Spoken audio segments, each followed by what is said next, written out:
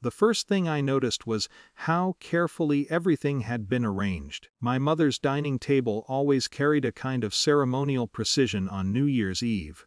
Polished glasses, perfectly aligned plates, candles placed with quiet symmetry.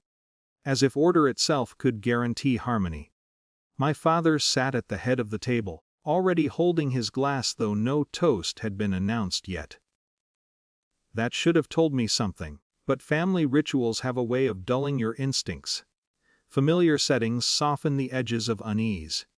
My brother was unusually quiet.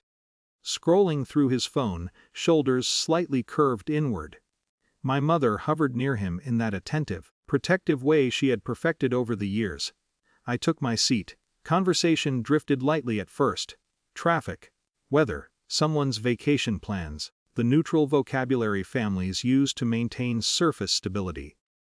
Underneath it, though, there was a strange density in the room, like everyone was waiting for something. My father cleared his throat. A small sound, but it shifted the air instantly. My mother straightened. My brother finally looked up. Glasses were lifted almost automatically. Tradition. Authority doesn't need to announce itself in families, it simply moves, and everyone adjusts.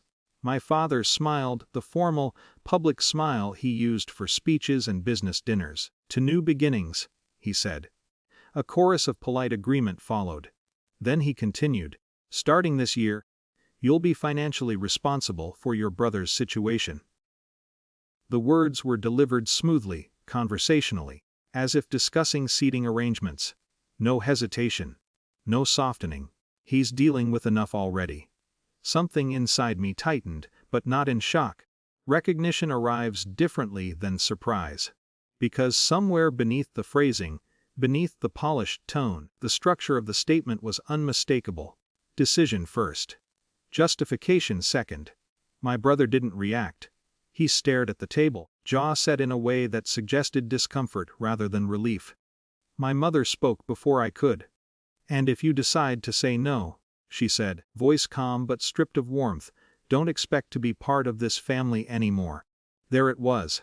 Not negotiation. Not discussion. Terms. I became aware of the absurdity of the moment. Candles flickering softly. Crystal glasses catching warm light. The language of celebration wrapping itself around something that felt unmistakably transactional. My body didn't move. My mind strangely did. Fragments surfaced, years of subtle expectations, casual assumptions. The quiet gravity that had slowly positioned me as the reliable solution to problems that were never mine. Support had long ago blurred into obligation, generosity into duty, affection into leverage. No one spoke. They were waiting, not for my opinion, for my compliance. It's a peculiar feeling, realizing a conversation has already been concluded without you. I felt no surge of anger, no dramatic hurt, only an unexpected clarity, sharp and steady. I lifted my glass, not quickly, not defiantly, just enough to participate in the ritual they had already set in motion. A calm smile settled on my face, one that surprised even me. Then I tapped my glass once against the table. The sound was small, but it cut through the silence with surgical precision. "For years," I said quietly, "I thought support meant choice." No one moved. I thought family meant willingness. My father's expression tightened almost imperceptibly.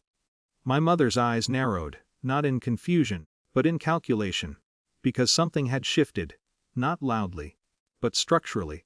"Then," I continued, voice steady, "let this be my final toast." The words did not echo.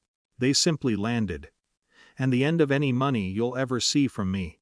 Silence behaves differently when expectations collapse. It's no longer passive, it becomes dense, heavy, disorienting. My brother looked up first, not angry.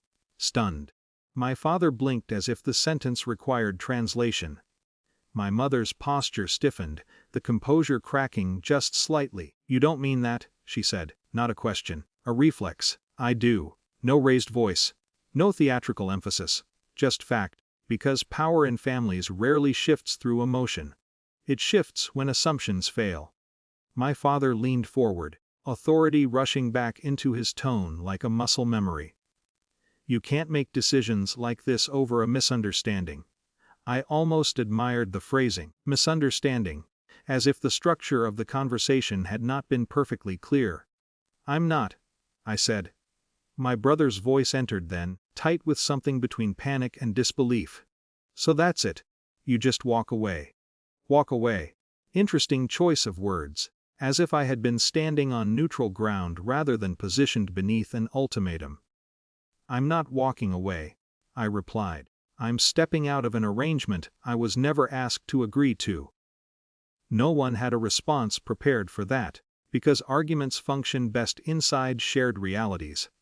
And the reality they had relied on, my automatic compliance, had quietly dissolved. The table remained frozen, candles still flickering, glasses still raised halfway.